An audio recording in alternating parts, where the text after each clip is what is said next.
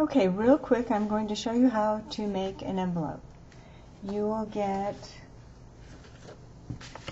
a nice envelope. This piece, cut it out. I'm going the wrong way. One of these. I have made up these Avery labels. They're 5167, and they say fragile hand meter. That will keep them from going through the big machines. And sometimes these are just paper, so they're not sealed like regular envelopes. Then I also get the Avery, I don't even know what this one, I think it's 2 by 4 inches. And that's what I put on there. Okay, so you've got your triangle. The long pointy side will be the top, your flap, and the rest of it is down here. You want to fold on the perforations. I like to do the small spaces first, and I just take, they're perforated, but I go ahead and I take a ruler so it gives me a nice pretty fold. You fold it on both sides, and fold it, and then fold the bottom,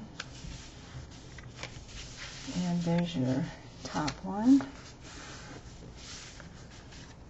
I always edge everything because it just looks so much better. So now you take your glue and come across here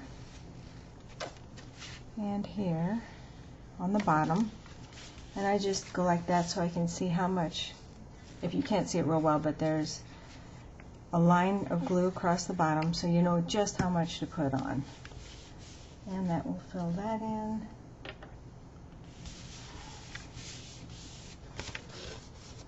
Then I take these Recollections double-sided mounting squares. These are awesome. You only need one. You pull it out and put it right on the tip. So when they want to seal it, they just flip that off and seal their envelope. On this side, take the triangles, labels. I kind of center it off to the side a little bit. And then I add the hand meter label, put that on. And then I always cut out a butterfly or some kind of embellishment, just depends on what you're doing this for. And I've, as you can see, I've also edged this. And you want to glue it down. It just makes it look pretty. And then it goes with whatever card you have inside. And there you go.